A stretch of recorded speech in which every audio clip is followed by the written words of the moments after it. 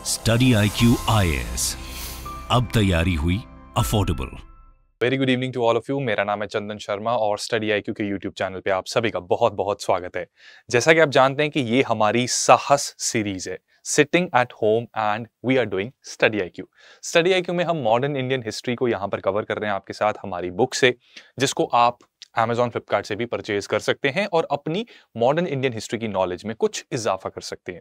तो दोस्तों, हमने बेसिकली मॉडर्न इंडियन हिस्ट्री की शुरुआत इस प्रकार से की है कि हम मिडीवल इंडिया से मॉडर्न इंडिया में प्रवेश करते टाइम पे क्या स्टेप्स को फॉलो कर रहे हैं, basically we are looking into that.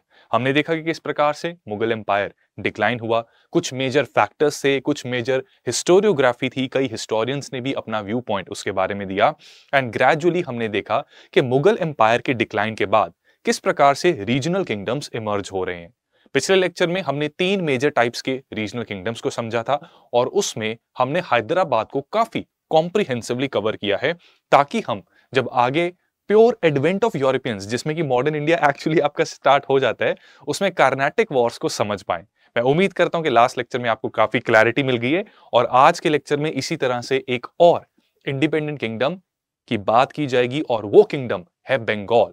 Bengal is the most important regional kingdom जिसका बैकग्राउंड आपको पता होना चाहिए। इसका सीधा सीधा रीजन दोस्तों ये है कि देखो, आपके यूपीएससी के सिलेबस में भी क्या दिया हुआ है, the events of modern India will include what, the important events from mid 18th century, यानी कि 1750s ऑनवर्ड्स। और क्या हुआ था उस समय पर?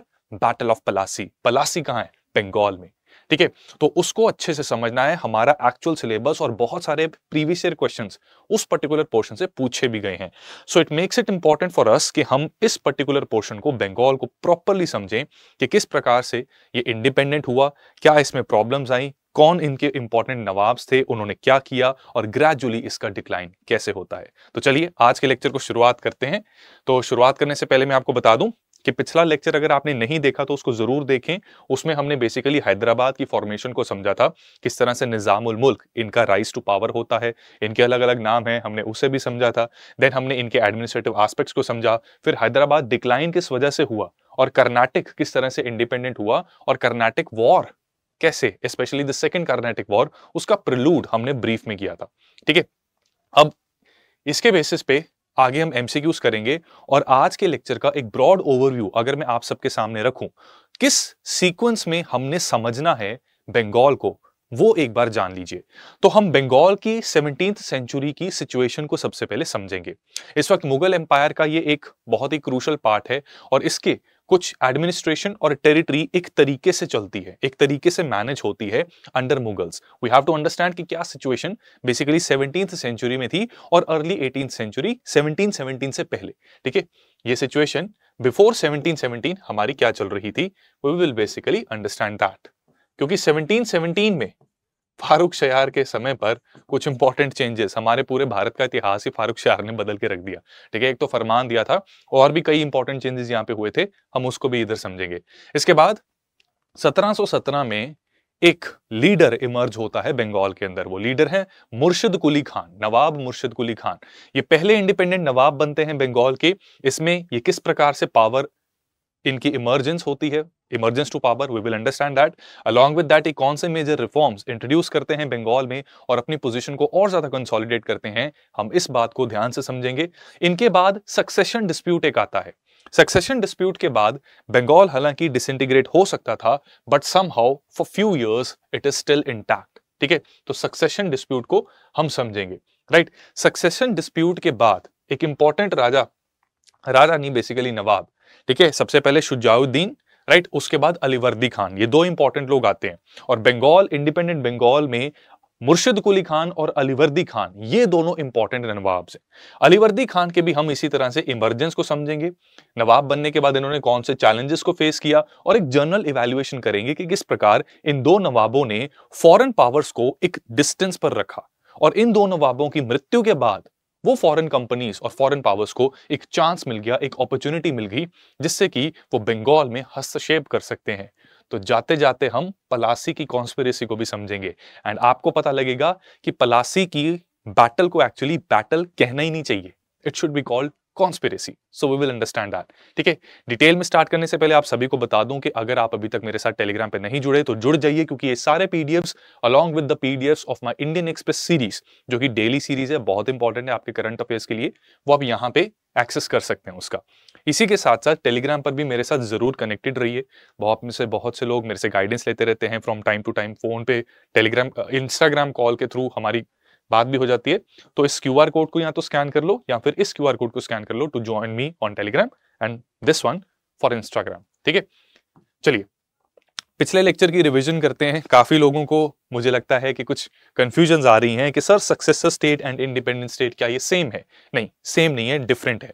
इस क्वेश्चन को करने से आपका ये डाउट एकदम क्लियर हो जाएगा। ठीक है, तो ये क्वेश्चन आपसे कह रहा है कि मुगल एम्पायर के बाद जो न्यू रीजनल किंगडम्स आए उसमें 3 टाइप्स के किंगडम्स थे, independent, successor and rebel kingdoms. इनमें से कौन सी स्टेटमेंट्स इन 3 किंगडम्स के डिफरेंस को क्लियरली बताती है, जिससे कि इनको डिस्टिंग्विश किया जा सकता है?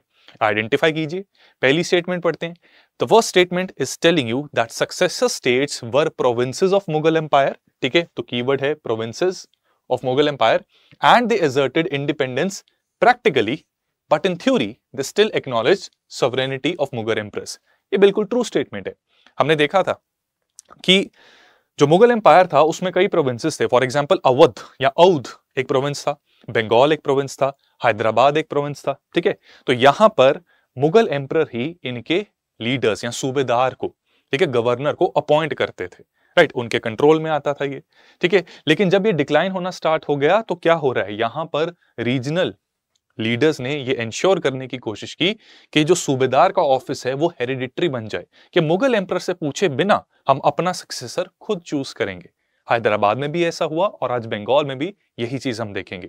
लेकिन फिर भी ये मुगल एम्पायर को सुजरेन पावर की तरह मानता था। ठीक है, उनको सर्वे सर्वा अपना मानता था। और इसकी निशानी कहां से मिलती है कि हालांकि वैसे तो प्रैक्टिकली ये इंडिपेंडेंट था, लेकिन कुछ हद तक ट्रिब्यूट्स भेज देते थे, कुछ सिक्के मुगल एम्परर के नाम पर निकल रहे हैं, टॉप ऑफिशियल्स की अपॉइंटमेंट हालांकि कर खुद और अपनी मर्जी से रहे हैं, लेकिन for name sec rubber stamp की तरह मुगल सील उस डॉक्यूमेंट पे लग जाती है जो इंपॉर्टेंट ऑफिशियल की अपॉइंटमेंट करती है।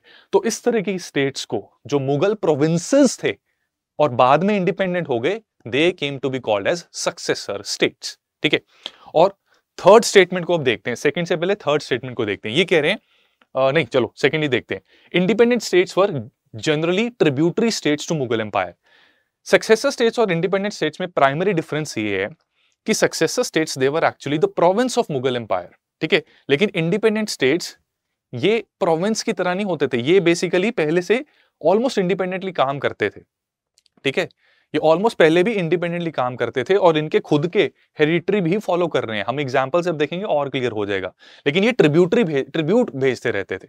ठीक है, कि मुगल्स और इनके बीच में ऐसी संधि हो रखी थी कि ये मुगल्स को सर्वे सर्वा मान रहे हैं, ट्रिब्यूट भेज रहे हैं, ठीक है, और अपने हिसाब से चल रहे हैं। राइट, अब डिक्लाइन होने के बाद सक्सेसर स्टेट्स तो ठीक है ट्रिब्यूट भेज रहे हैं, उनको अपना सर्वे सर्वा मान रहे हैं, लेकिन मुगल्स के डिक्लाइन होने के बाद इंडिपेंडेंट स्टेट्स ने ट्रिब्यूट देना भी बंद कर दिया या बहुत ज्यादा इरेगुलर कर दिया। और मेन डिफरेंस है कि इंडिपेंडेंट स्टेट्स को हम प्रोविंस की तरह नहीं कह सकते। ठीक है, यहां पे इंडिपेंडेंटली ये पहले भी चल रहे थे। रिबेल स्टेट्स वो स्टेट्स हैं जिनका अलग से किंगडम एग्जिस्ट कर रहा है।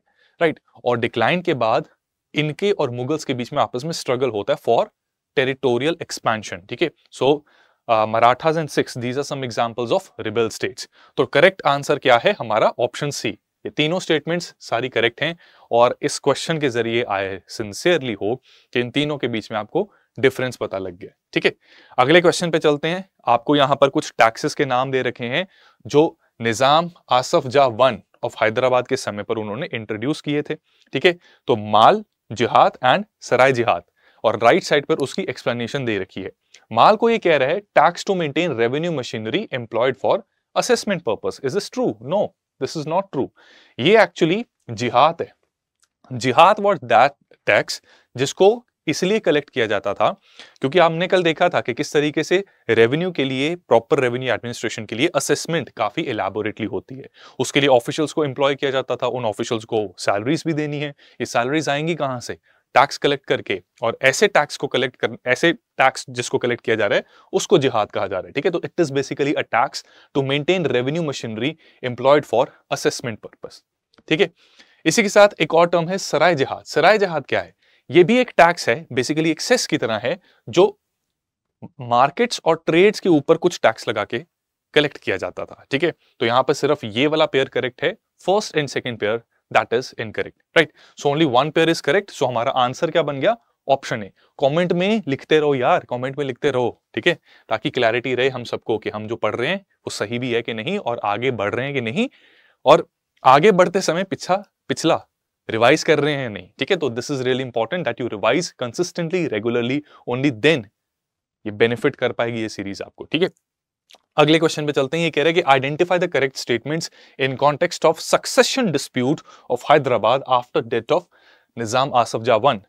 पहले तो मुझे ये बताओ, कमेंट्स में लिखो, निजाम आसफ जाह वन की डेथ हुई किस साल पे? ठीक है, ये पहले तो पता होना चाहिए। उसके बाद फर्स्ट स्टेटमेंट कह रही है कि a succession dispute arose between son of Asaf Jah that is Muzaffar Jang and his grandson that is Nasir Jang. क्या ये स्टेटमेंट ट्रू है? टेल मी, कमेंट्स में बताओ। टिक टिक 1, टिक टिक 2, टिक टिक 3, आपका टाइम्स अप। ठीक है यार, ये टाइमली आपको आइडेंटिफाई करना है। देखने में लग रहा है कि यार ठीक ही होगा, मुजफ्फर जंग और नासिर जंग के बीच में आपस में डिस्प्यूट तो था, बिल्कुल था, क्यों नहीं था, यही दोनों आपस में लड़ रहे थे। लेकिन एक्चुअली इस स्टेटमेंट में एक ग्लिच है।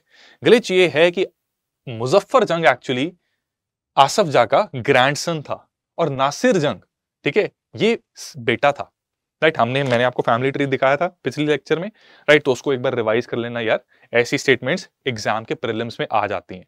ठीक है, अभी तो आगे आगे जैसे गवर्नर जनरल्स वगैरह की बात करेंगे ना, उसमें तो और भी कंफ्यूजिंग स्टेटमेंट्स आएंगी जिससे कि आपके आंसर्स के गलत हो सकते हैं। तो यहां पर गलती कर लो, कोई दिक्कत नहीं, I am there to help you improve. Exam में आई वांट कि आप सभी के मैक्सिमम आंसर्स करेक्ट हों, स्पेशली मॉडर्न इंडिया के। एंड ईश्वर ने चाहा ना, ये यूपीएससी भी देखना अपना पैटर्न चेंज करेगी। बहुत देर से मॉडर्न इंडिया के साथ सौतेला व्यवहार किया जा रहा है, तो वही UPSC is known to follow a googly pattern. ठीक है, तो अगले साल अपकमिंग ईयर में there is a high likelihood, कितने साल से मॉडर्न इंडिया को थोड़ा इग्नोर कर रहे हैं, तो दे आर ऑल्सो थिंकिंग कि हाँ चलो एस्पिरेंट्स ढीले पड़ गए, अब मॉडर्न इंडिया के इस पोर्शन से डालते हैं पेपर जहां पे मिडीवल भी कन्वर्ज हो रहा है। तो इसलिए इट्स इंपॉर्टेंट कि हमें ये सारी चीजें पता हो। ठीक है, तो पहली स्टेटमेंट तो देखो गलत हो गई। सेकंड स्टेटमेंट कह रही है succession dispute became the reason for second Anglo Carnatic war. ये मैंने आपको क्लियरली बताया था, ये एब्सोल्युटली ट्रू है। ठीक है, this succession dispute after Asaf Jah one, it became a reason for second Anglo Carnatic war. Dupleix को दिख गया था कि क्या चल रहा है, और वो चंदा साहब, मुजफ्फर जंग, ठीक है, दोस्त अली खान, वो सारा एपिसोड पूरा कर्नाटिक वॉर का पिक्चर में आ जाता है, right, second Carnatic war particularly. चलिए आगे बढ़ने से पहले दोस्तों आप सभी को बता दूं कि जिस तरीके से हम यहाँ पे मॉडर्न इंडिया को कवर कर रहे हैं, अगर आप सभी सब्जेक्ट्स की कॉम्प्रिहेंसिव तैयारी करना चाहते हैं along with mentorship, answer evaluation, books जो कि आपको घर पे डिलीवर की जाएंगी, तो उसके लिए आप स्टडी IQ का P2I बैच जरूर एनरोल करें। हमारे अगले बैच 10th जुलाई से स्टार्ट हो रहे हैं, राइट। मॉर्निंग की क्लास रहेगी, it's a really good batch, क्योंकि मॉर्निंग में everyone is fresh, you people are fresh, we people are fresh, और मॉर्निंग में अपने दिन की शुरुआत अगर हम IAS एग्जाम की तैयारी को एक कॉम्प्रिहेंसिव कवरेज के साथ स्टार्ट करते हैं तो दिन काफी शुभ होता है और हमारी प्रोडक्टिविटी नेक्स्ट लेवल पर पहुंच जाती है। फिर पूरा दिन हमारे पास है टू रिवाइज, प्रैक्टिस, राइट, और काफी अच्छी शुरुआत हो जाती है दिन की, राइट। तो this is quite efficient batch. Generally हमने भी देखा है कि जो मॉर्निंग के बैच होते हैं उसमें रिजल्ट्स की भी एफिशिएंसी काफी अच्छी रही है। ठीक है, यूपीएससी के साथ साथ स्टेट्स में तो हमने ये पैटर्न डेफिनेटली देखा है, राइट। सो डिस्क्रिप्शन में लिंक्स हैं, फीचर्स आप ऑलरेडी जानते हैं, नहीं जानते तो उन लिंक्स पर क्लिक करके कोर्स के पेज पर जरूर देखना एक बार। यहां पर भी PDF में मिल जाएगा जो आप टेलीग्राम पे देख सकते हैं। कोर्स का प्राइस दोस्तों 45,000 है because it is all inclusive course, but you can get the maximum discount by using the code CS Live. CS Live is the best code, discount code, जिससे कि आप कोर्सेज पे मैक्सिमम डिस्काउंट ले सकते हैं। Having said that, फटाफट आगे बढ़ते हैं, ये फीचर्स आप देख लीजिएगा, राइट। चलिए इमर्जेंस ऑफ बंगाल की बात करते हैं। ठीक है, अब हमने इमर्जेंस ऑफ बंगाल को देखना है।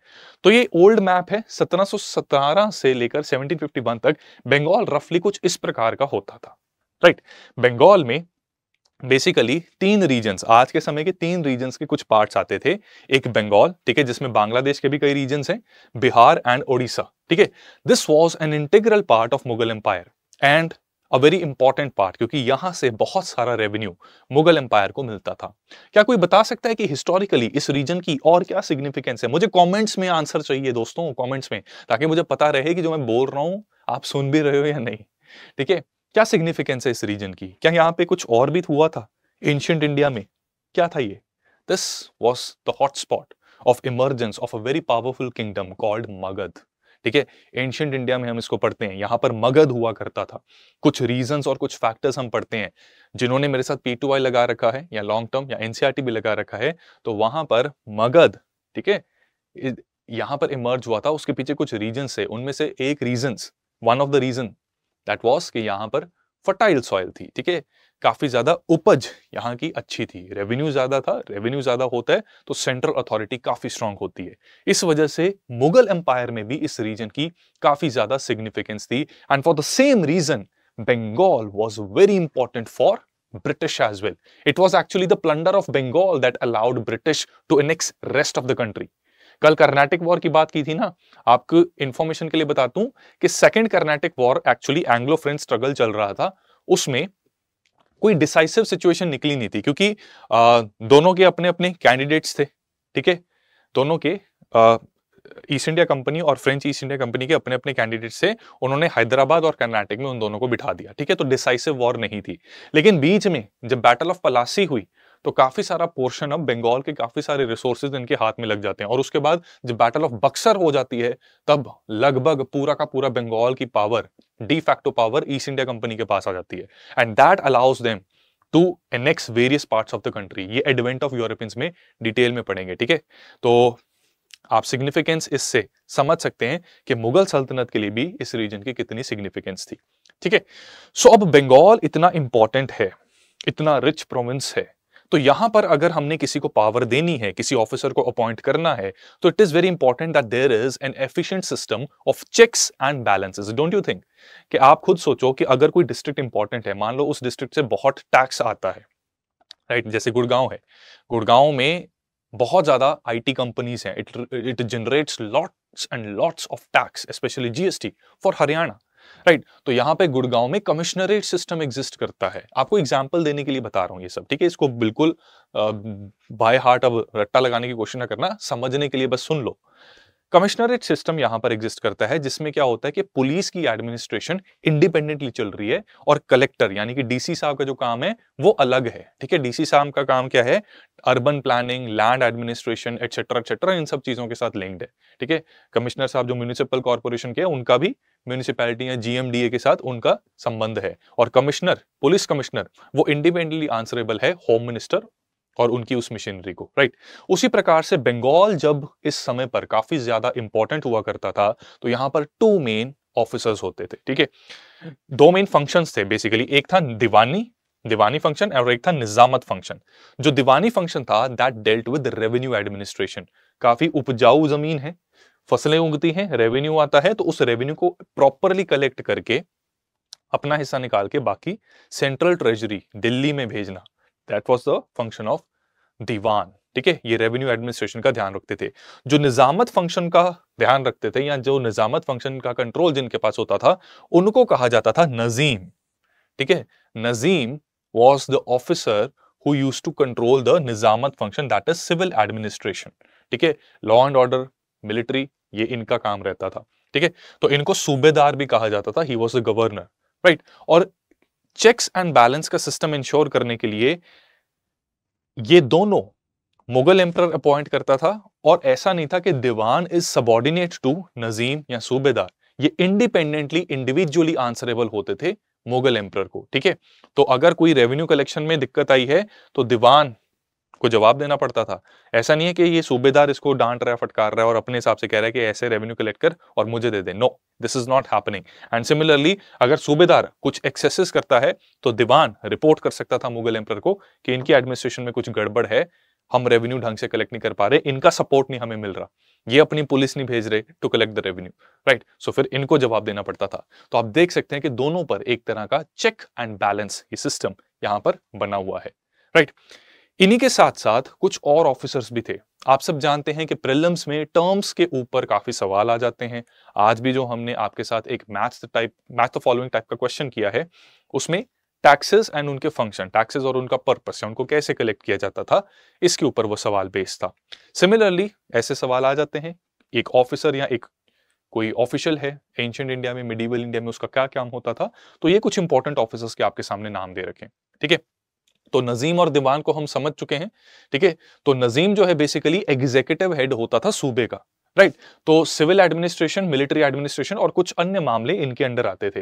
रेवेन्यू एडमिनिस्ट्रेशन के हेड होते थे दीवान। बख्शी क्या होते थे? बख्शी होते थे पे master of the military, right. इनको मिलिट्री कमांडर नहीं कहा जा सकता, ये पे मास्टर थे, रिक्रूटमेंट करते थे और सैलरीज के अकाउंट्स मेंटेन करने में ये इंपॉर्टेंट रोल प्ले करते थे। कोतवाल, जैसा इसका नाम है वैसा ही काम है, पुलिस डिपार्टमेंट का हेड होता था।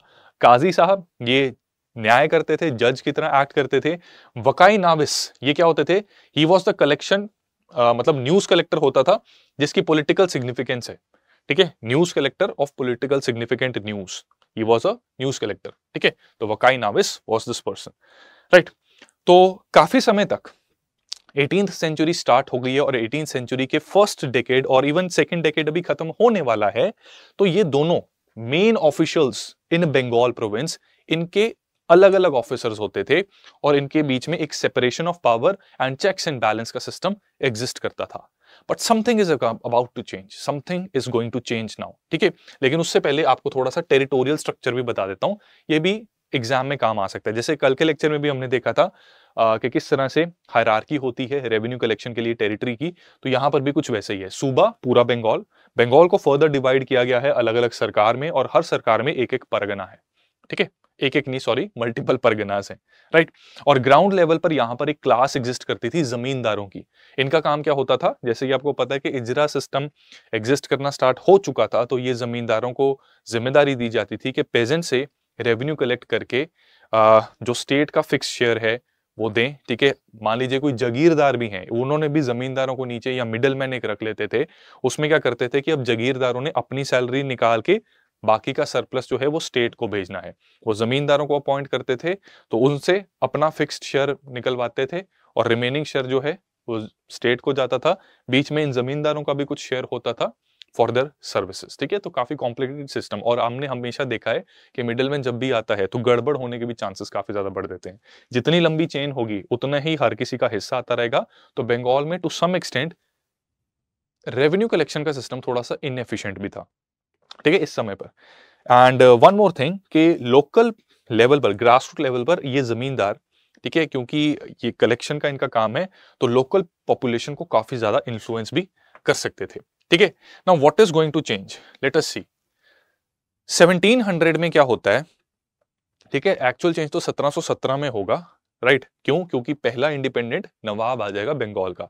लेकिन इनकी बैकग्राउंड समझनी जरूरी है टू अंडरस्टैंड कि किस प्रकार से ये इंडिपेंडेंट हुए। तो इनकी हिस्ट्री बेसिकली ईयर 1700 से स्टार्ट हो जाती है, जब औरंगजेब मुगल एम्परर हैं, ठीक है। At the time of Aurangzeb, right, इनको बंगाल का दीवान बनाया गया। मुर्शिद कुली खान की हम बात कर रहे हैं। सन 1700 में औरंगजेब के राज में इन्हें बंगाल का दीवान बनाया गया। He was an able revenue administrator, really good administrator, और इनके अंडर बंगाल से काफी अच्छी रेवेन्यू की कलेक्शन सेंट्रल ट्रेजरी में जा रही है। सन 1700 वो साल था जब औरंगजेब दक्खन में काफी ज्यादा लड़ाइयां लड़ रहे थे, रॉयल ट्रेजरी काफी ज्यादा डिप्लीट होती जा रही थी। बंगाल एक बहुत ही रिच प्रोविंस था और वहां पर मुर्शिद कुली खान को दीवान की तरह अपॉइंट करके औरंगजेब को वो डिफरेंस एक्चुअली नजर आया कि कैसे इनकी अपॉइंटमेंट के बाद Bengal is like churning revenue like a well oiled machine, right. तो यहां पर इनकी ये इंपॉर्टेंस समझी गई। इसके बाद इनकी इस इंपॉर्टेंस को समझते हुए जब फारूक शियार, ठीक है, over a period of time Aurangzeb के सक्सेसर्स आए, उनमें से एक सक्सेसर 1717 के समय पर फारूक शियार थे। तो फारूक शियार ने इनको दीवान का रोल तो पहले भी इनके पास था, इनको नजीम का औहदा भी प्रोवाइड कर दिया।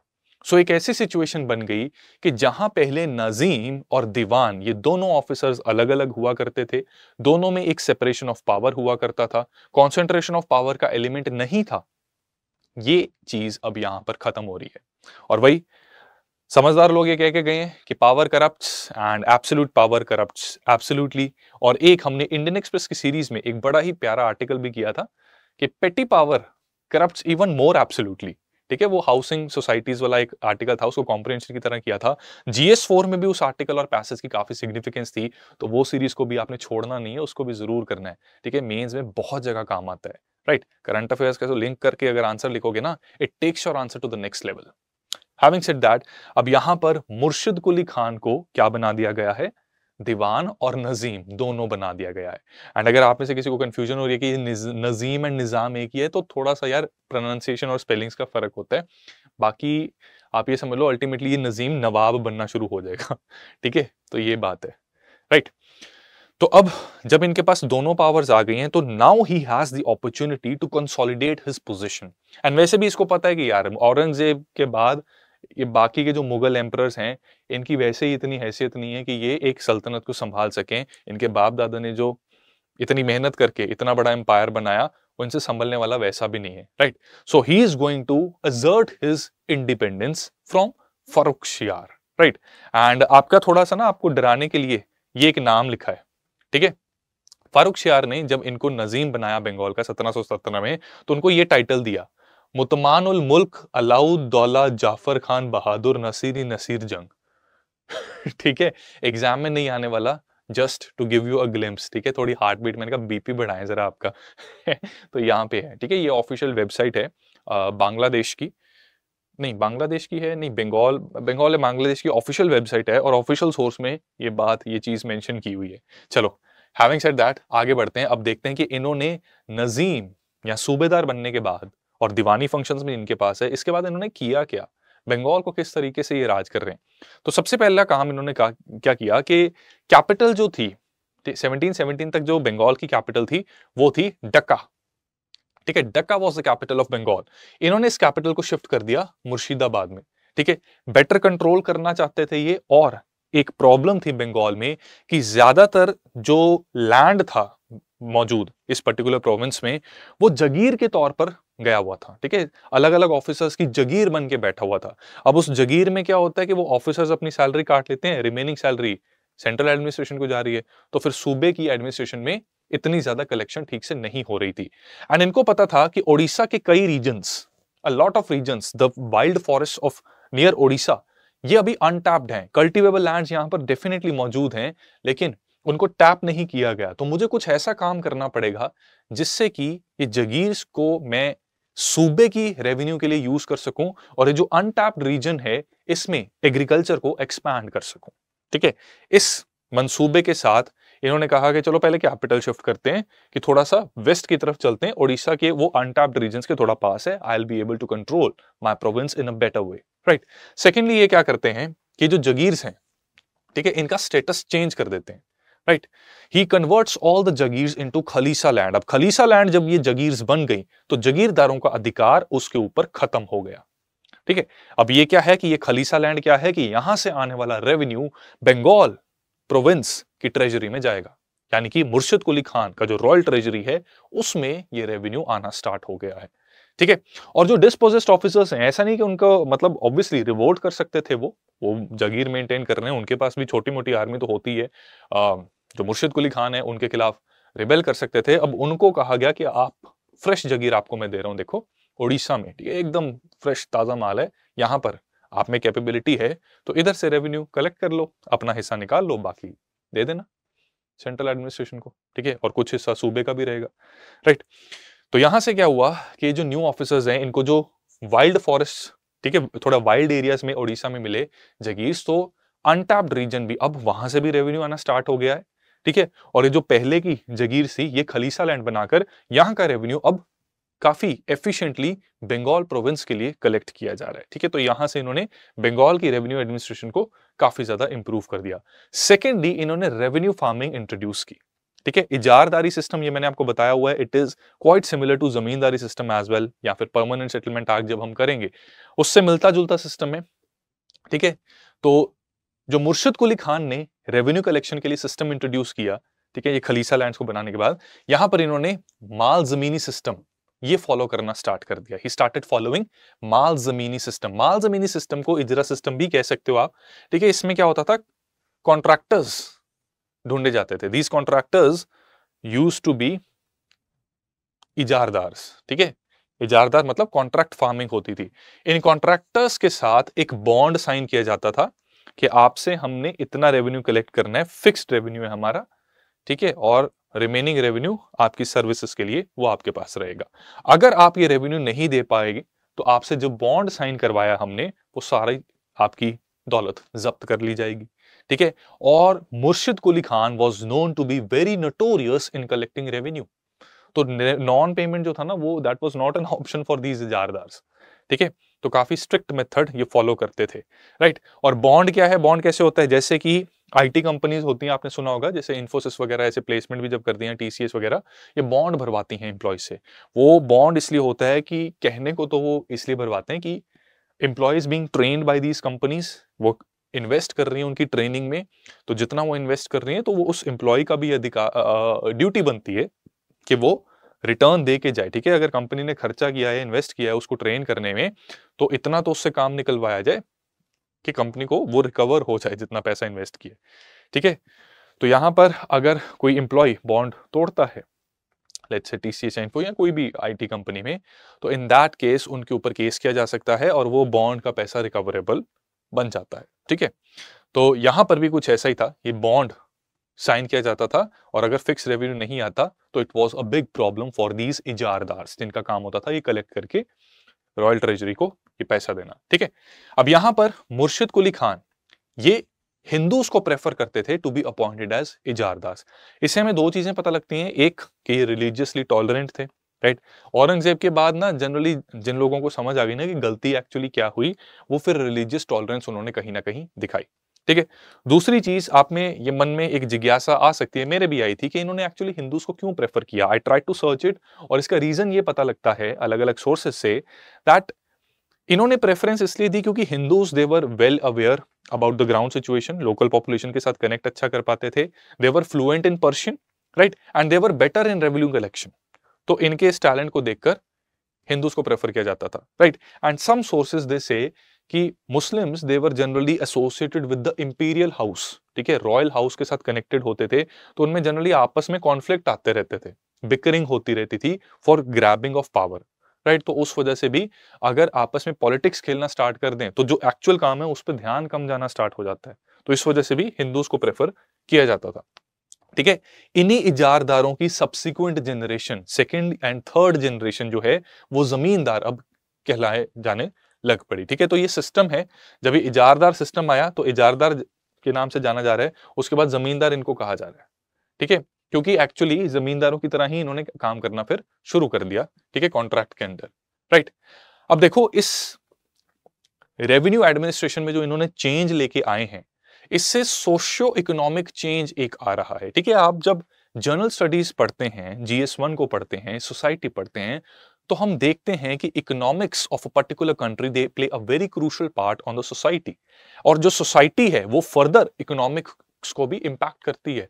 सोशियोलॉजी सब्जेक्ट में, ठीक है, जब हम कार्ल मार्क्स की थ्योरी ऑफ डायलेक्टिक मटेरियलिज्म को पढ़ते हैं तो वहां पर उन्होंने क्या कहा हुआ है, economic infrastructure and social superstructure, ऐसी बातें कर रखी हैं। मैं डराना नहीं चाहता आपको, घबराइए मत, अगर आपका सोशियोलॉजी ऑप्शन नहीं है, ये बात नहीं भी पता तो doesn't matter. What just needs to be known is कि कई बार इकोनॉमिक डिसीजन जो हैं वो सोसाइटी में एक गहरा इंपैक्ट लेके आते हैं, और मुर्शिद कुली खान के इस सिस्टम ने, इजारदारी के, ठीक है, या माल जमीनी के सिस्टम ने बंगाल की सोसाइटी में एक न्यू क्लास की इमरजेंस को जन्म दिया। Late us see how.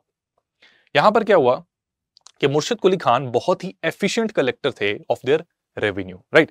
And ये इसलिए एफिशिएंट थे क्योंकि ये डिटेल्स को बहुत कीनली आइडेंटिफाई करते थे। He had a very sharp eye, हिसाब के बहुत पक्के थे, डिटेल को अटेंशन प्रॉपर देते थे, but at the same time he was really ruthless. He could be really ruthless. Collect करने के लिए, टैक्स कलेक्ट करने के लिए किसी भी हद तक ये जा सकते थे, जिसका मतलब ये है कि non payment for zamindars and for the pageants is not even an option. चाहे बाढ़ आए, बारिश आए, ठीक है, जो रेवेन्यू आपका बनता है वो देना पड़ेगा। ठीक है। अब यहां पर प्रेशर नहीं आएगा, क्या प्रेशर नहीं आएगा जमींदारों पर और पेजेंट्स पर? अगर एक रेवेन्यू देना है, आप दे नहीं पा रहे, तो चाहे बेग, बोरो या स्टील करो, रेवेन्यू देना पड़ेगा। राइट। सो कॉन्सिक्वेंटली रिलेंटलेस प्रेशर यहां पर जमींदार और पेजेंट पर आता है, और यहां से एक अपॉर्चुनिटी मिलती है अमीर बैंकर्स को कर्जा देने के लिए, एंड एक न्यू क्लास स्टार्ट होती है विच इज बेसिकली अ मनीड या फिर कमर्शियल क्लास। ठीक है। जगत सेठ, हाउस ऑफ जगत सेठ, ये स्टार्ट हो जाता है। ठीक है, राइट, हाउस ऑफ जगत सेठ दिस स्टार्ट्स। तो Jagat Seth basically is a family of bankers, right, इसमें अलग अलग लोग शामिल हैं, Manik Chand, Amir Chand etcetera, these are all bankers. अब इन्होंने इतना सारा पैसा इकट्ठा कैसे किया, आपके मन में ये आ सकता है। Actually these were traders. इन्होंने दुनिया के बाकी हिस्सों से भारत का कई सारा रॉ मटेरियल, जैसे कि सॉल्ट पीटर में इन्होंने बहुत ट्रेड किया। सॉल्ट पीटर एक बड़ा ही क्रूशल मटेरियल था, तो ब्रिटिश को भी चाहिए था, और ब्रिटिश डायरेक्टली नहीं ये परचेज करते थे, बीच में इन जगत सेठ्स को रखते थे। ठीक है, तो सॉल्ट पीटर की यूटिलिटी गन पाउडर में होती है, राइट। तो यहां पर जगत सेठ्स ने इस ट्रेड के जरिए बहुत सारा पैसा और बहुत सारी वेल्थ अमास की। यहां पर इस सिस्टम की वजह से उनको एक अपॉर्चुनिटी दिखी कि अगर हम ब्याज पर इन्हें कुछ पैसा दे, ठीक है, ब्याज पर इनको कुछ मनी लोन पर दें, ठीक है, तो ये हमारा एक एडिशनल सोर्स ऑफ इनकम बन सकता है। इसी के साथ साथ इन्होंने नवाब मुर्शिद कुली खान को यह भी कहा कि बंगाल में जितना आपको रेमिटेंस दिल्ली भेजना है वो सारा हमारी जिम्मेदारी, कि अगर आपसे कलेक्शन ढंग से ना हो पाए तो अगर कुछ रह जाता है, कुछ डिफरेंस रह जाता है, वो हम भर देंगे। तो इन जगत सेठ्स को नवाब मुर्शिद कुली खान की काफी ज्यादा सपोर्ट भी मिली, पेट्रोनाइज भी किया। ठीक है, आई होप ये बात आपको समझ लग गई है, राइट। सो 1717 के बाद जब नवाब मुर्शिद कुली खान एक पहले इंडिपेंडेंट नवाब बन जाते हैं बंगाल के, और basically he is also the last subedar of Bengal to be appointed by Mughal emperor. और कौन से मुगल एम्परर ने किया? फारुखशियार। ये तीनों चीजें याद रखना, इन तीनों चीजों पे पोटेंशियल एमसीक्यू बनता है in the iron gate of UPSC, and that is prelims. ठीक है, तो यहां पर 1717 के बाद बंगाल और दिल्ली के बीच का जो लिंक है वो लूज हो गया है काफी। ठीक है, अब लिंक क्या है कि सिर्फ ट्रिब्यूट भेजना है। ट्रिब्यूट क्या है कि जो रेवेन्यू कलेक्शन है उसका जो हिस्सा सेंट्रल ट्रेजरी का बनता है वो देना है। ठीक है, तो this thing started, and secondly जो ये सोशो इकोनॉमिक चेंज आया है और यहां पर एक न्यू क्लास इमर्ज हुई है, एक न्यू बैंकर्स की क्लास इमर्ज हुई है, जगत सेठ्स की। इनकी वजह से क्या है कि Bengal after 1717 was the only province of Mughal empire which was regular in sending the tributes. ठीक है, उसके बाद ये भी इरेगुलर हो जाते हैं due to the declining authority of later Mughals, right. But yes, after से इमीडिएट कॉन्टेक्स्ट में अगर देखें 1717 के बाद, तो बंगाल ही एक वो इकलौता प्रोविंस था जहां से Mughal empire regular income expect कर सकता था, specially at times of needs. ठीक है, तो ये सारी डेवलपमेंट्स मुर्शिद कुली खान के अंडर हो रही हैं। अब मुर्शिद कुली खान का देहांत हो जाता है। कब होता है देहांत? ये देहांत होता है 1727 में। और जैसे कि आपको पता है कि अब इंडिपेंडेंस डिक्लेयर कर दी है, तो अगला उत्तराधिकारी ये खुद चुनेंगे, मुगल एम्परर की कोई से नहीं होगी। इन्होंने कहा कि यार मुझे वो बंदा चाहिए जो नो नॉनसेंस बस रेवेन्यू कलेक्शन में विश्वास दिखाए और रेवेन्यू कलेक्शन से मतलब रखे। ये लोगों की भलाई, इंक्लूसिव ग्रोथ, ये सब मुझे समझ नहीं आता। मुझे मतलब है बंगाल की रॉयल ट्रेजरी, ये इसमें पैसा आता रहना चाहिए, राइट। तो इनकी दो बेटियां थी, जैनुबा उन्नीसा बेगम साहिबा एंड अजमुन्नीसा बेगम। ठीक है, जैनुबा उन्नीसा बेगम साहिबा, इनका विवाह हो रखा था शुजाउद्दीन मोहम्मद खान से, जो कि उड़ीसा के सूबेदार भी थे, राइट। अब उड़ीसा के ये सूबेदार, इनकी पॉलिसी जो थी वो थोड़ी सी ऐसी थी कि इंक्लूसिव रखेंगे हम, थोड़ा सा इंक्लूसिव ग्रोथ, ठीक है, लोगों के थोड़ी भला करेंगे। इन्होंने कहा कि चुप कर, ट्रेजरी से मतलब है, तू नहीं बनेगा मेरा उत्तराधिकारी, तेरा बेटा बनेगा। खून तो मेरा ही है, बेटी मेरी, दामाद मेरा, तो नाती भी मेरा। ठीक है, तो इन्होंने कहा कि सरफराज खान को मैं अपना उत्तराधिकारी बनाऊंगा। जब ये बात पता लगी तो, हालांकि वैसे तो यार ये पिता के लिए एक बड़े नाज की बात होती है जब उनका पुत्र उनको सुपरसीड कर जाता है। ठीक है, ये I think Amitabh Bachchan sir ने एक बार ये कही थी, I don't remember exactly, but उन्होंने कहा था कि पिता की सबसे बड़ी जीत इस बात में होती है जब वो अपने पुत्र से हार जाएं। ठीक है, तो वो चीज उनमें उनकी सबसे बड़ी जीत होती है जब उनका पुत्र सुपरसीड कर जाए। लेकिन यहां पर जहर भरने वाले कुछ लोग थे। ठीक है, एंड जो सूबेदार ऑफ उड़ीसा हैं, ठीक है, तो सूबेदार ऑफ उड़ीसा बेसिकली इनका कहीं ना कहीं मन इधर थोड़ा सा पिंच हो गई इनको बात कि यार now I will be the employ of my own son. क्या ऐसी ऐसी सिचुएशन होगी कि ये नवाब हैं, मैं सूबेदार हूं, क्या ऐसा होगा? ठीक है, ऑन टॉप ऑफ इट इनके एक डिस्टेंट कजन थे, ये वही कजन है जो आगे जाके अलीवर्दी खान बनेंगे। ठीक है, तो अभी मैं इनको अलीवर्दी खान की तरह ही डिनोट करूंगा, right. So he was a little upset with the decision of मुर्शिद कुली खान, राइट। तो इन्होंने क्या किया, सरफराज को जब अपना उत्तराधिकारी बना दिया, तो अलीवर्दी खान और उनके भाई हाजी अहमद, इन्होंने शुजाउद्दीन को कन्विंस किया कि ये गद्दी आपकी है जनाब, इस गद्दी पर आपका अधिकार है, हम आपका साथ देंगे, चलिए कूच करते हैं, let's grab the power of Bengal. इन्होंने कहा ठीक है, राइट। और मोहम्मद शाह, वही रंगीला रे, राइट, ये मोहम्मद शाह रंगीला, इन्होंने भी कहा कि यार बंगाल बड़ा इंडिपेंडेंट हो रहा है, ठीक है, तो क्यों ना मैं यहां पर शुजाउद्दीन को थोड़ा सा सपोर्ट करके क्या करूं, थोड़ा सा सपोर्ट करके बंगाल में अपना आदमी बिठा दूं। तो कहने को बंगाल अभी भी मेरे ही अंडर है, राइट। तो ये अपना बंदा बिठाकर क्या चाहते थे कि फिर जो ट्रेजरी और जो टैक्स है वो थोड़े से कुछ मेरा भी से हो जाए बंगाल की एडमिनिस्ट्रेशन में, राइट। तो मोहम्मद शाह का सपोर्ट भी मिला शुजाउद्दीन को, राइट। तो इन सारे एलाइज ने अपनी सेना के साथ ये पहुंच जाते हैं Murshidabad, which is the capital that is having the throne of Bengal. और यहां पर कौन बैठे हैं? सरफराज खान, राइट। जब ये सेना वहां पर पहुंचती है तो मुर्शिद कुली खान की बेगम, ठीक है, इनकी विधवा, बेसिकली वो फैमिली डिस्प्यूट नहीं चाहती। क्योंकि वो फैमिली डिस्प्यूट नहीं चाहती इसलिए वो कन्विंस करती हैं कि गद्दी ये छोड़ दी जाए। एंड कॉन्सिक्वेंटली बिना ज्यादा कलेश के शुजाउद्दीन को गद्दी पर बिठा दिया जाता है। And from 1727 to 1739 he is basically the Nawab of Bengal. 12 साल के लिए इनका राज चलता है, राइट। 12 साल के बाद जब इनकी मृत्यु हो जाती है, फिर से एक सक्सेशन का डिस्प्यूट स्टार्ट होता है, and this time between Alivardi Khan and Sarfaraz Khan, ठीक है। और उसके बाद फिर कलेश पड़ेगा। लेट अस सी ये क्या होता है। लेकिन इनकी डेथ के बाद एग्जैक्टली क्या सिचुएशन बनती है, उससे पहले ये बहुत ज्यादा इंपॉर्टेंट है कि हम ये समझे कि हु इज दिस कैरेक्टर। ये नायब सूबेदार अलीवर्दी खान ये कौन है भाई? एक अच्छी खासी खुशहाल परिवार में ये कौन है जिसने एक चिंगारी लगा दी, ठीक है, जो आग में तब्दील हो गई। Late us see his background, कहां से आते हैं, कहां को जाएंगे, ठीक है। तो let us see who is ही।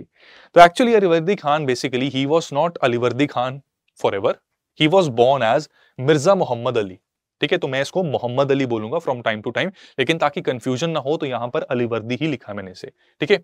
1671 में इनका जन्म होता है, ठीक है। Mirza Mohammad Ali born in 1671। इनके फादर मिर्जा मोहम्मद मदानी, ये क्या है? ये फॉस्टर ब्रदर हैं एम्परर औरंगजेब के। He is a foster brother, ठीक है। आपका homework, find out what is foster brother. Generally foster brother का मतलब वो होता है कि पेरेंट्स सेम नहीं है biologically, but they have been brought up by them, ठीक है। This is basically foster brother. अब औरंगजेब के फॉस्टर ब्रदर हैं तो कुछ फेवर्स भी मिलेंगी।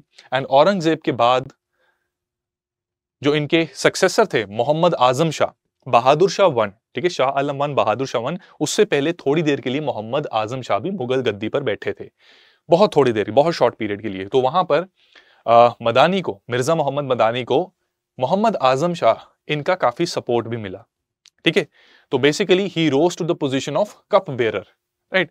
सुनने में लगेगा कि काफी लो लेवल का काम है, कि रॉयल हाउस होल्ड्स में वो जो ड्रिंक्स पलटने का काम होता है वो था, राइट। हाँ ठीक है, as far as royal bread is concern ये कोई बहुत बड़ा काम नहीं है, but still it was considered a higher office within the Mughal royal household, ठीक है।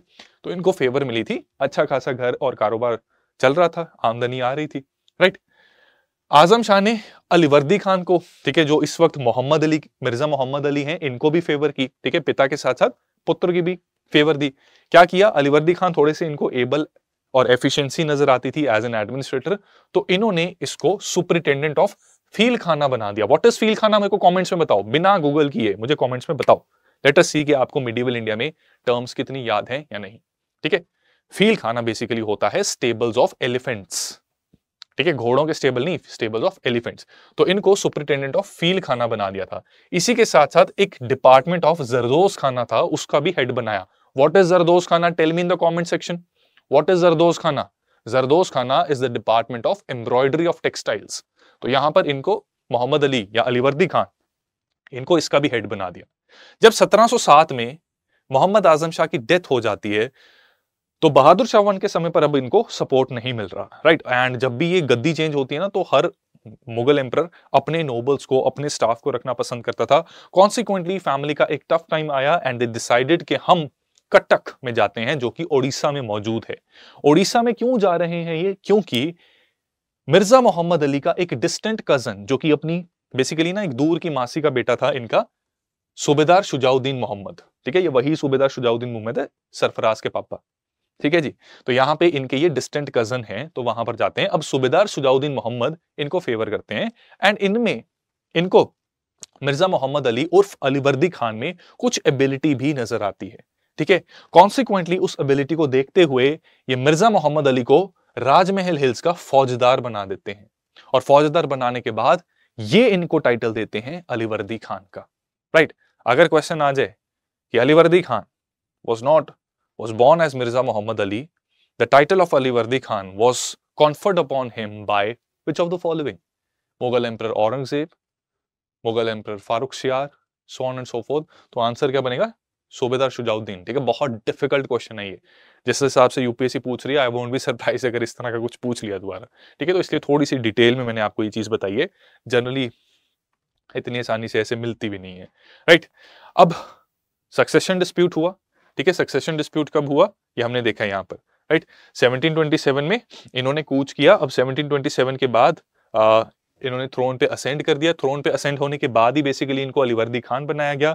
इनकी यहाँ के किए गए कारनामों से और ज्यादा इंप्रेस होके इन्होंने बिहार का डेप्यूटी गवर्नर इनको बना दिया। ठीक है, बिहार बेसिकली बंगाल के अंडर ही आ रहा था, तो नायब सूबेदार 1733 में अलीवर्दी खान बन गए। राइट, अब अलीवर्दी खान को उनकी काबिलियत की वजह से कई सारे टाइटल्स भी दिए गए। इनमें से कुछ टाइटल्स यहां पर लिखे हुए हैं और इनके मतलब भी यहां पर बताए गए हैं। प्रीलिम्स में अगर सवाल आ गया तो आप इजीली इसको सॉल्व कर सकते हैं। ठीक है, इनको टाइटल क्या मिला था? For example Shujaul Mulk, hero of the country. Shujaul Mulk means hero of the country. Hasemuddaula, Hasemuddaula मतलब स्वॉर्ड ऑफ द स्टेट। ठीक है, बहुत शानदार टाइटल है ये। मोहब्बत जंग, हॉरर इन वॉर। ठीक है, तो he was a notorious leader, notorious war commander as well. So ये टाइटल्स इनको इनकी बहादुरी की वजह से मिले। अब देखो क्या होगा, सक्सेशन डिस्प्यूट मुर्शिद कुली खान के बाद ही नहीं बल्कि शुजाउद्दीन मोहम्मद की डेथ के बाद भी दोबारा उठ जाता है। जब शुजाउद्दीन मोहम्मद की डेथ होती है तो इट वॉज वेरी लॉजिकल कि अब तो सरफराज को बिठा देना चाहिए गद्दी पर। राइट, सो कॉन्सिक्वेंटली आफ्टर शुजाउद्दीन्स डेथ 1739 में सरफराज गद्दी पर बैठ जाते हैं। अब अलीवर्दी खान क्या करें? ठीक है, गद्दी पर बैठते ही क्या आपको लगता है ये अलीवर्दी खान को छोड़ेंगे? ये वही अलीवर्दी खान है जिन्होंने पहले इनका विरोध करने की कोशिश की, इनके अपने पापा को इनके खिलाफ कर दिया। तो आपस में 32 का आंकड़ा तो है।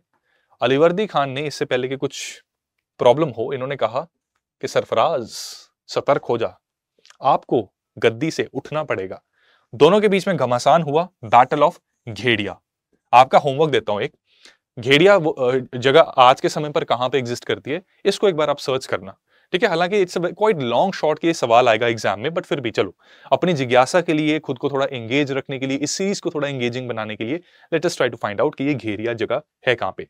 अप्रैल 1740 में, ठीक है, 1739 में शुजाउद्दीन की डेथ होती है, थोड़ी देर के लिए सरफराज गद्दी पर बैठते हैं।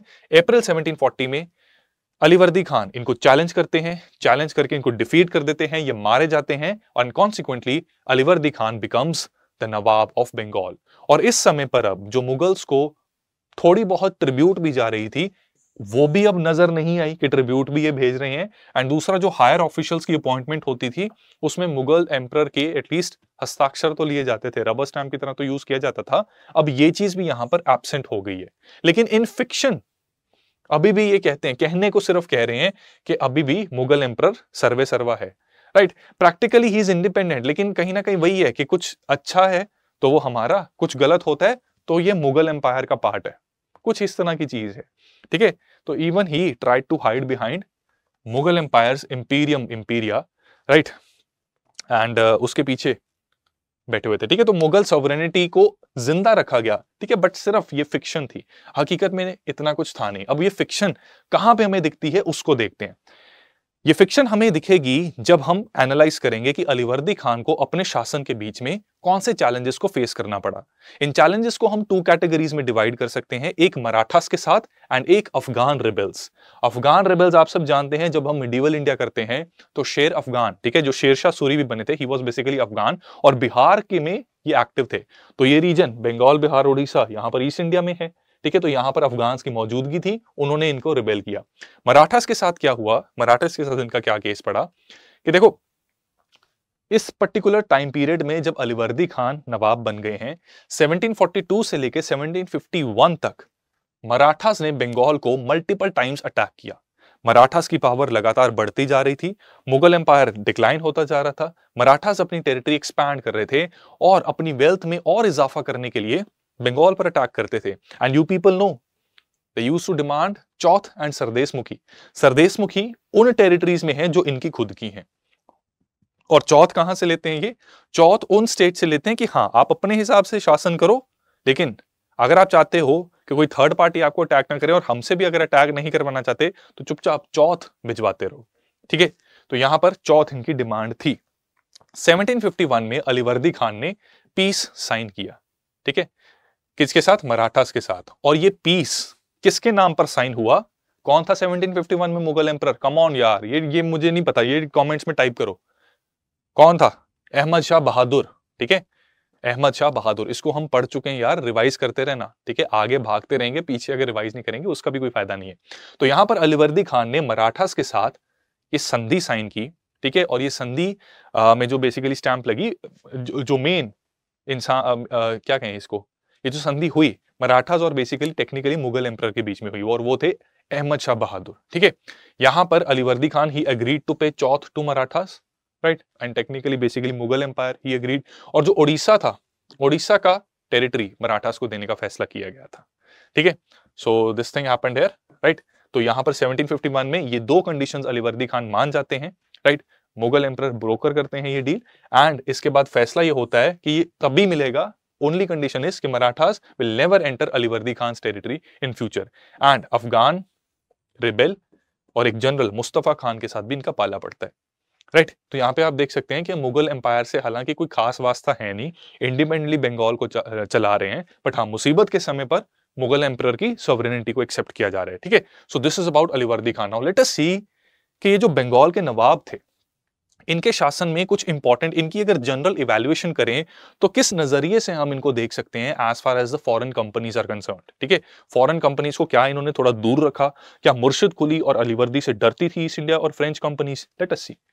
तो ये जो तीनों गवर्नर थे, मुर्शिद कुली, शुजाउद्दीन एंड अलीवर्दी, सरफराज को तो यार ठीक है अलग रखेंगे यहाँ पे, राइट। इन्होंने सभी मर्चेंट्स को इक्वल फुटिंग पे ट्रीट करने की कोशिश की, चाहे वो इंडियन हो चाहे फॉरेनर हो। आप व्यापार कीजिए, जो जायज टैक्स बनता है स्टेट को दीजिए और व्यापार आराम से कीजिए। इन्होंने इंडियन और फॉरेनर्स दोनों को की थी। अभी हम देखेंगे एडवेंट ऑफ यूरोपियंस में कि जो फारूक शियार ने फरमान दिया था ना, उस फरमान में बहुत बड़ा फ्लॉ था, दस्तक का इशू। आप में से कई लोगों ने जिन्होंने मेरे साथ एनसीईआरटी किया है या खुद से पढ़ चुके हैं, स्पेशली ओल्ड एनसीईआरटीज, उनको पता होगा कि दस्तक का इशू क्या था। इन दस्तक का मिसयूज किया जाता था और इस मिसयूज की वजह से बंगाल की ट्रेजरी को काफी नेगेटिव इंपैक्ट पड़ रहा था। इसलिए इन्होंने क्या किया, ठीक है, ये नवाब्स क्या करते थे कि अगर फॉरेनर्स दस्तक को यूज करके टैक्स नहीं पे कर रहे तो उन्होंने सबके लिए ही टैक्स बंद कर दिया। And this became a bone of contention between the foreign companies and nawab. इन्होंने कोशिश की, पहले इन नवाबों के होते हुए कोशिश की कि बंगाल के ऊपर जरा अटैक करते हैं, बंगाल की पावर ग्रैब करते हैं, बट ठंडे पड़ गए। ठीक है, ये पावरफुल लोग थे, ये नहीं, East India Company could not stand a chance है, right. So these three nawabs they provided safety of roads, व्यापार को बढ़ावा देने के लिए। रोड्स और रिवर्स दोनों को चोरों से बचाते थे, रॉबर से बचाते थे, रेगुलर थानास और चौकीज, ठीक है, पुलिस का एक काफी अच्छा एडमिनिस्ट्रेटिव सिस्टम था, राइट। प्राइवेट ट्रेड जो ऑफिशियल्स करते थे उसको भी चेक में रखने की कोशिश की जाती थी। यही दस्तक का मिसयूज पढ़ेंगे आगे, डिटेल में करेंगे, don't worry. They prevented abuses in the custom administration, ठीक है, ये एक ही बात है, right? They made it a point to maintain strict control over foreign trading companies and their servants to prevent them from abusing their privileges. एक ही बात है, थोड़ी सी यार रेपिटेशन है, I am sorry for that, right. इसी के साथ साथ इंग्लिश ईस्ट इंडिया कंपनी को कहा गया कि भाई जिस लैंड में रह रहे हो ना वो कानून मांगो, वो उसके कानून आपको मानने पड़ेंगे, ठीक है, जहां पे रह रहे हो उसके कानून मांगो। जैसे रविशंकर प्रसाद जी ने ये फेसबुक ट्विटर को कहा था that if you have to do business in India you have to obey the law of the land, ठीक है। तो यहां पर भी वही चीज हो रही है, राइट। तो यहां पर अलीवर्दी खान की एक एग्जांपल दी जाती है, जब आपस में इनका एंग्लो फ्रेंच रेवलरी के थिएटर्स जो थे ना, वॉर थिएटर्स, इनके कन्फ्रंटेशन के थिएटर्स, वो इंडिया में भी बने थे, ठीक है। यूरोप में इनका कलेश होता था, इंडिया में आके वहां भी लड़ना शुरू कर देते थे, एक दूसरे से डर के ही अपनी फैक्ट्रीज को फोर्टिफाई करने की कोशिश करते थे। अलीवर्दी खान ने कहा कि अरे यार मेरे होते ये फोर्टिफिकेशन नहीं होएगी, तो कैलकाटा एंड चंद्रनगौर, यहाँ पर जो फैक्ट्रीज थी इनकी फोर्टिफिकेशन से इन्होंने मना भी किया। ये क्या एग्जैक्ट सिचुएशन थी और किस तरीके से इसको डील किया गया, एडवेंट ऑफ यूरोपियंस में when we will discuss Anglo French rivalry, वहां पर मैं इसको बहुत ल्यूसिड तरीके से आपको समझाऊंगा पिक्टोरियल रिप्रेजेंटेशंस के साथ। ठीक है, तो you are going to enjoy that lecture and दो सेशंस एज वेल, तो बने रहना इस सीरीज के साथ।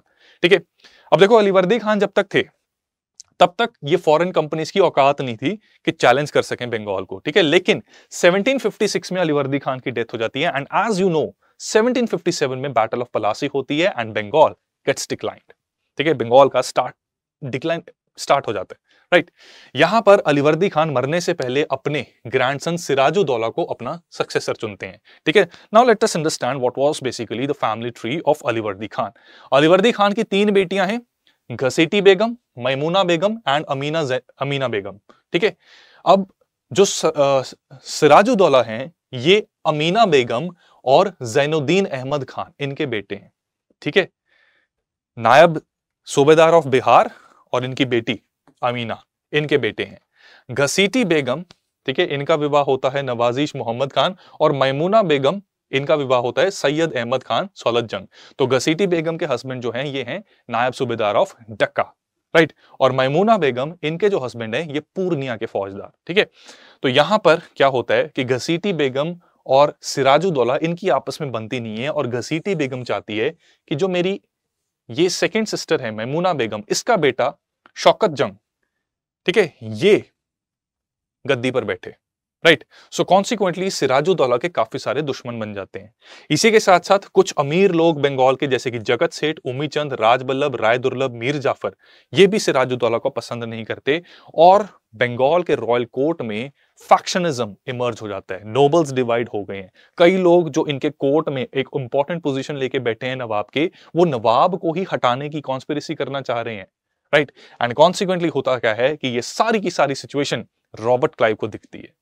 ठीक है, और वहां पे इस पोजीशन का फायदा लेने की कोशिश की जाती है। ठीक है, तो व्हाट हैपेंस कि ईस्ट इंडिया कंपनी इसका एडवांटेज लेती है। ठीक है, एंग्लो फ्रेंच राइवलरी को देखते हुए फोर्ट विलियम को ये फोर्टिफाई करते हैं। फोर्ट विलियम इनकी एस्टैब्लिशमेंट थी बंगाल में, जहां पर ईस्ट इंडिया कंपनी उसकी एस्टैब्लिशमेंट थी बेसिकली। ठीक है, कलकत्ता में, फोर्ट विलियम के आसपास से फिर आगे जाकर कलकत्ता डेवलप होता है। Now, fortification of Fort William is not liked by Alivardi Khan. Alivardi Khan को लगता है कि जो फोर्टिफाई कर रहे हैं, तोपें लगा रहे हैं, किससे पूछ के लगा रहे हो भाई? आप अपने किले के ऊपर फैक्ट्री को किलाबंदी जो कर रहे हो, किससे पूछ के कर रहे हो? ये तोपें अलीवर्दी खान को लगता है कि मेरे अगेंस्ट यूज की जा सकती हैं। So consequently he goes to Fort William, attacks it, captures it and changes the name of Calcutta from Calcutta to Alinagar. ठीक है, कैलकाटा का नाम कैलकाटा से अलीनगर कर देते हैं ये।